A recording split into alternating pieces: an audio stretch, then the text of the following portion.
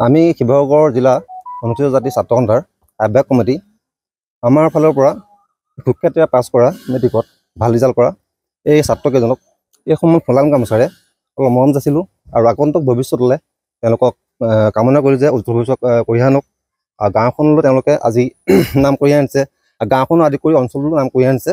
সেইবাবে আমি অশেষ ধন্যবাদ তেওঁলোকক জনাইছোঁ আৰু তেওঁলোকৰ শুভেচ্ছা থাকিল। ভাল ৰিজাল্ট কৰিছে, তেওঁ আগন্তুক ভৱিষ্যতত এজন সুনাগৰিক হিচাপে ইয়াত হেৰি কৰক আৰু আগত তেওঁৰ লগতে প্ৰজন্মক আগুৱাই লৈ যাওক সেই কামনা কৰিলোঁ। ধন্যবাদ। মোৰ নাম শ্ৰী অংশুমান দাস। মই শিৱসাগৰ পলসনি গাঁৱৰ এটা ছাত্ৰ। মই এইবাৰ মেট্ৰিক দিছিলোঁ জৱাহৰ নৱোদয় বিদ্যালয় শিৱসাগৰ অসম। তাত মই 93.16% উত্তীৰ্ণ হ'লোঁ ছখন ছাবজেক্টত। কেনেকুৱা লাগিছে এতিয়া তোমাৰ ভাল ৰিজাল্ট কৰিছা তুমি গাঁৱৰ হৈ?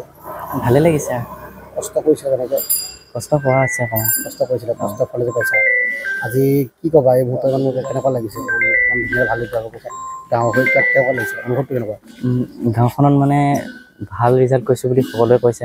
আগতে গম পোৱা নাছিলোঁ যে কি গাঁৱত ইমান ভাল ৰিজাল্ট হোৱা নাই। গাঁওখনত বহুতো মানে কষ্ট আছে, গাঁওখন উন্নতিৰ পথত আগবাঢ়ে যাতে আশা কৰোঁ। যিহেতু তুমি ইমান কষ্ট কৰিছা, ক্ৰেডিট কাক দিবা?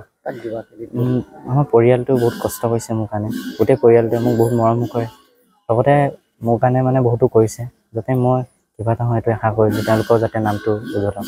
মা দেউতাই কষ্ট কৰিছে? সকলোৱে কৰিছে কষ্ট। আৰু এতিয়া তুমি এইটো ভাল ৰিজাল্ট কৰিছা, ভৱিষ্যতে কি পঢ়িম বুলি ভাবিছা নেকি? লাগিছে এতিয়া বৰ্তমান মই ইমান সঠিক নহয়, সিদ্ধান্ত ইমান ভালছে লোৱা নাই।